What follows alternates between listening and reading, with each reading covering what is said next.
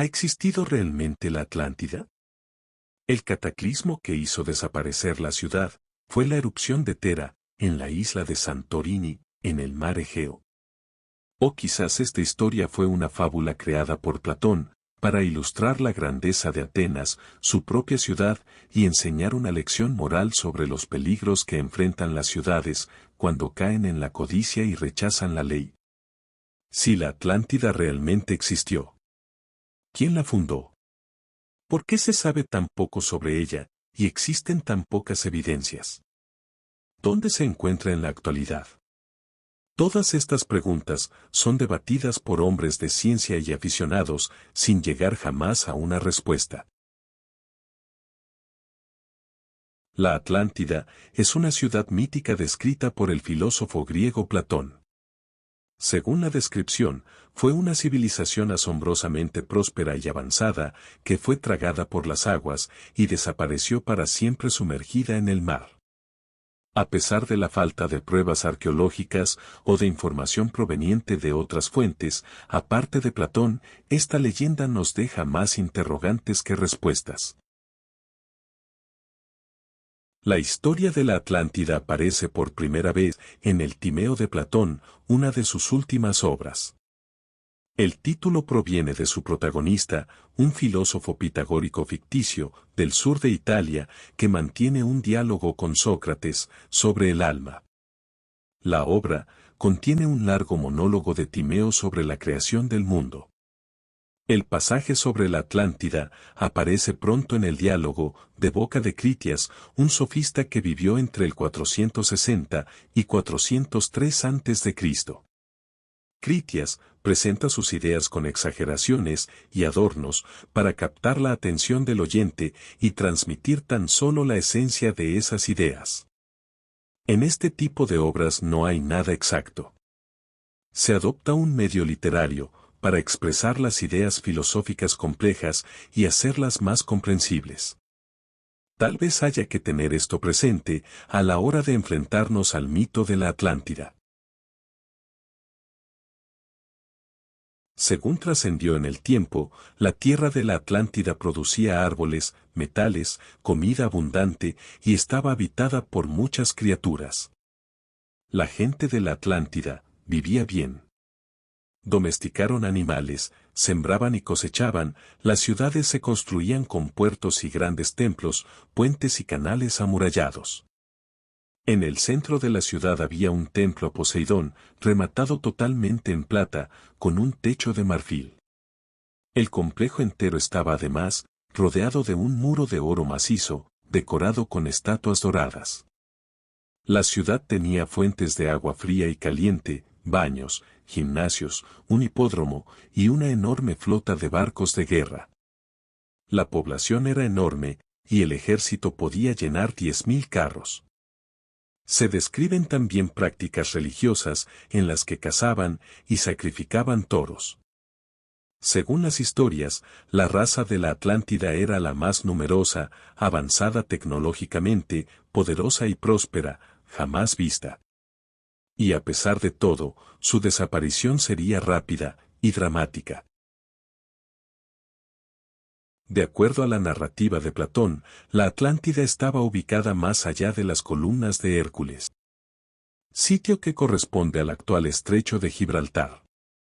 Y era más grande que Asia y Libia juntas. Era un lugar de gran riqueza, con vastos recursos naturales y una sociedad altamente desarrollada en términos de tecnología y conocimiento. Su sociedad era próspera, pacífica y justa, guiada por los principios de la sabiduría y la armonía. Platón cuenta que la Atlántida fue fundada por los descendientes de Atlas, el titán que sostenía el cielo sobre sus hombros. Atlas tuvo muchos hijos, pero el mayor y el más sabio fue Poseidón, el dios del mar. Poseidón se enamoró de una mortal llamada Clitou y le dio 10 hijos que se repartieron la isla en 10 reinos. El primogénito, Atlas, recibió la parte central y el dominio sobre los demás. Así nació la dinastía Atlante, que gobernó con justicia y sabiduría durante muchas generaciones. Cada rey tenía el poder sobre su territorio y sus súbditos, pero debía obedecer las leyes sagradas que Poseidón había establecido. Según Platón, los atlantes seguían las leyes de Poseidón, que les había asignado la isla como su territorio. Entre esas leyes estaba la de no atacarse entre ellos ni codiciar otras tierras.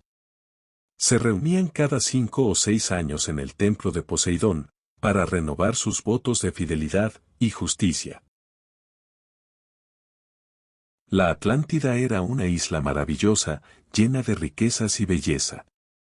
Tenía un clima templado y una naturaleza exuberante. Sus habitantes eran cultos y virtuosos, y se dedicaban a la agricultura, la ganadería, la minería, el comercio y las artes. Construyeron magníficas ciudades, templos, palacios y obras públicas. La capital era una obra maestra de la arquitectura y la ingeniería, formada por anillos concéntricos de tierra y agua que se comunicaban por canales y puentes. En el centro se alzaba el templo de Poseidón, donde se guardaba el oricalco, un metal precioso que solo se encontraba en la Atlántida, y daba poder a toda la isla.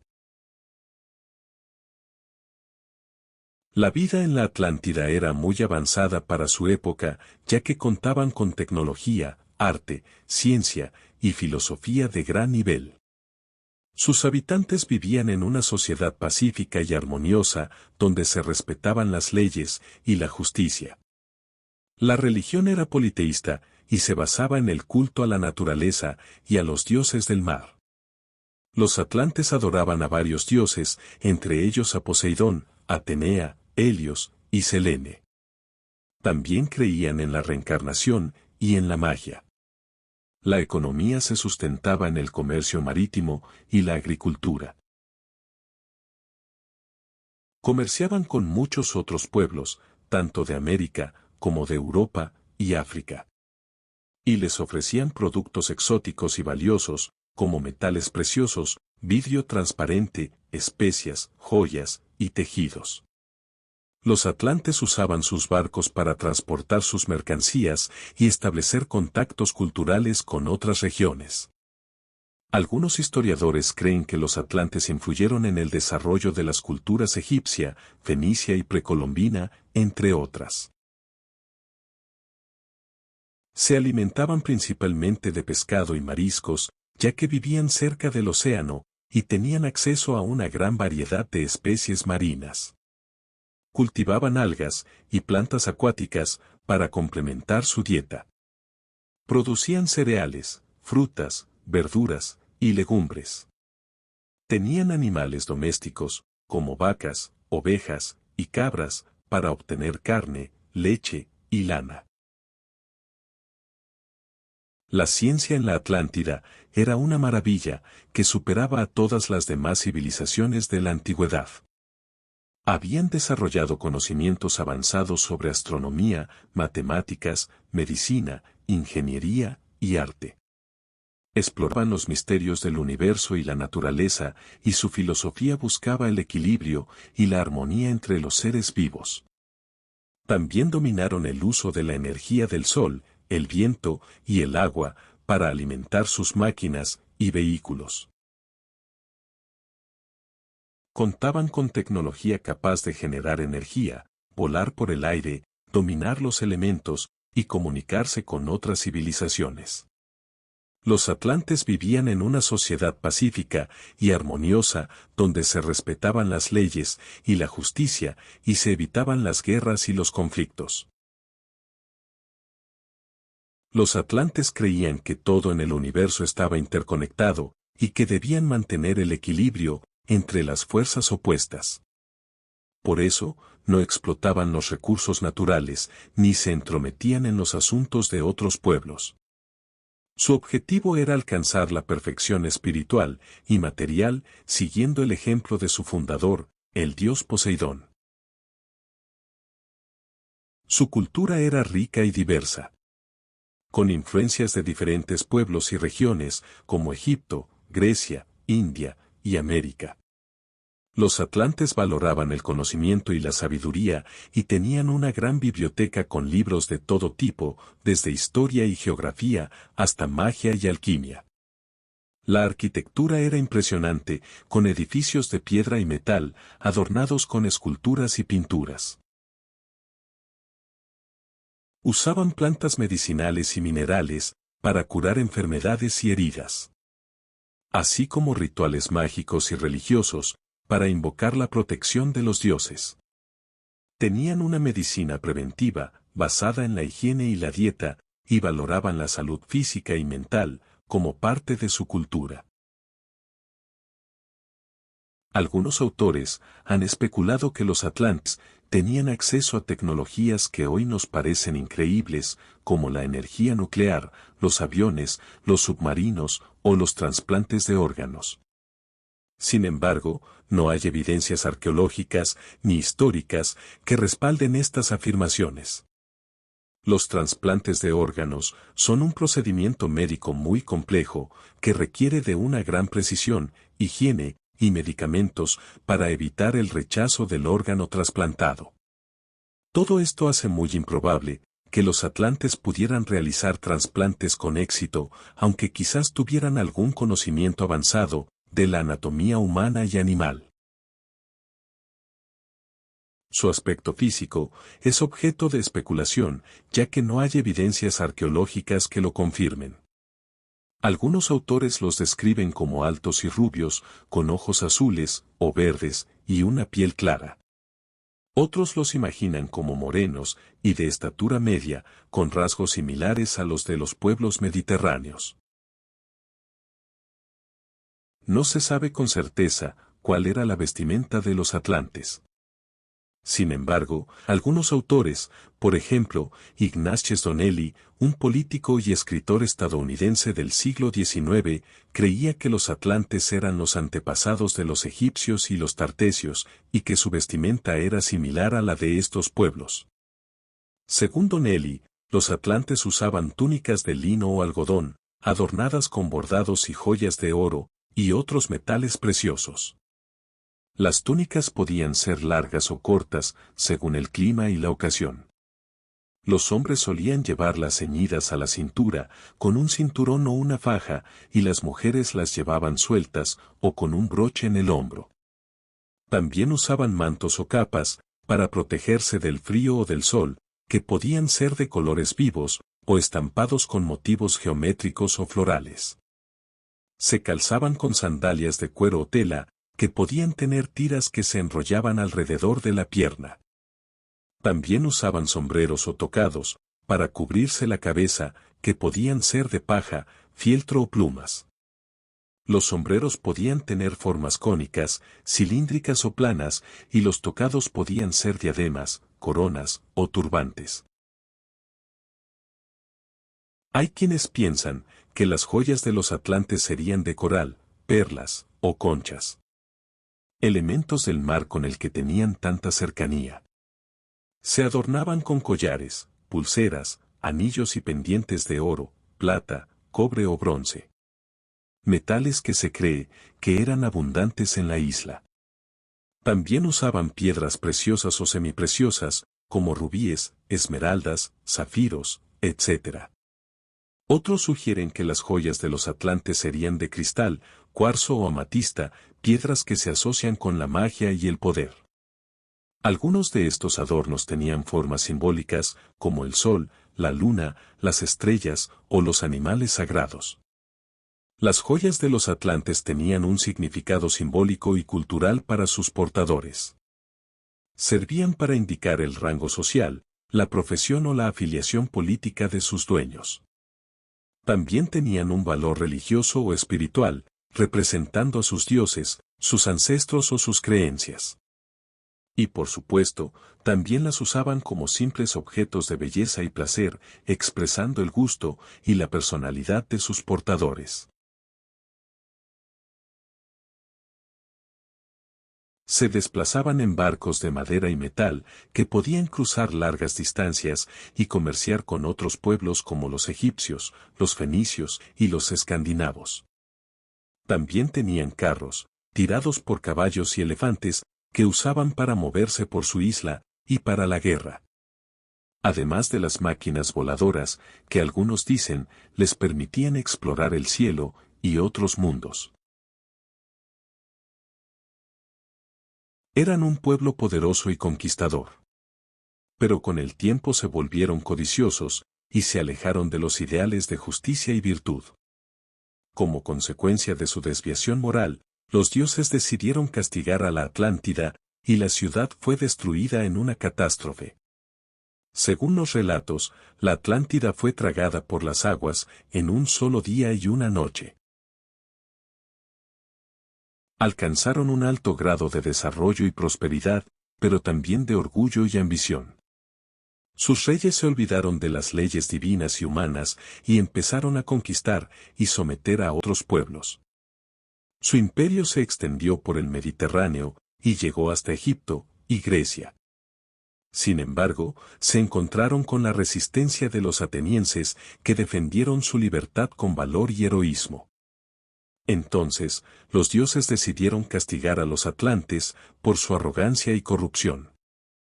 Así desapareció la Atlántida para siempre, dejando solo un recuerdo borroso en la memoria de algunos pueblos. Platón, en sus historias, al menos aparentemente, presenta la historia de la Atlántida tan solo para demostrar que la antigua Atenas era una gran ciudad. Y que sus gentes, con la ley en la mano, pudieron defender su libertad frente a una potencia extranjera agresora. Al menos, esa es la intención de Critias, el personaje. Ciertamente, la historia también tiene parte de moraleja, que es que la avidez por la riqueza y el poder tan solo traen destrucción.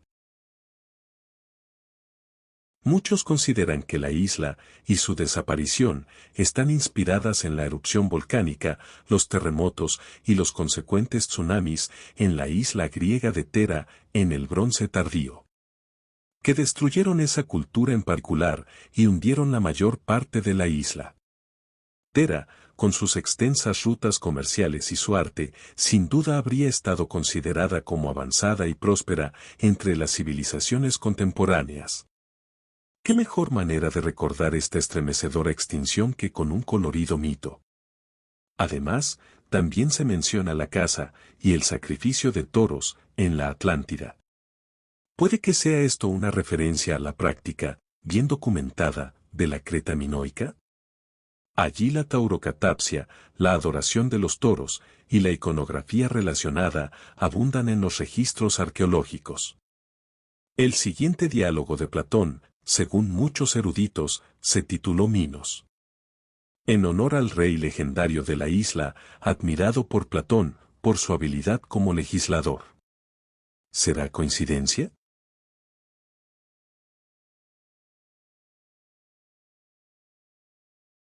El mito fue transmitido una y otra vez, a lo largo de los siglos.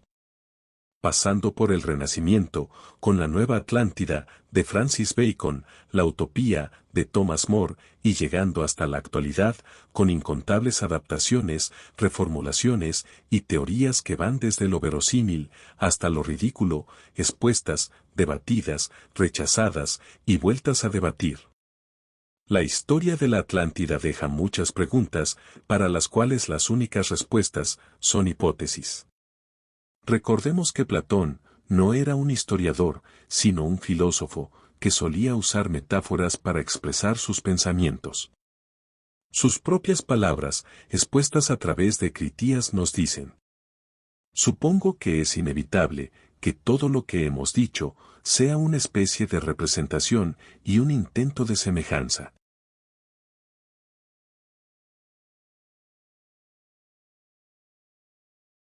Muchos han intentado encontrar la ubicación de la Atlántida, basándose en diferentes pistas e hipótesis, pero nadie ha podido demostrar su existencia real.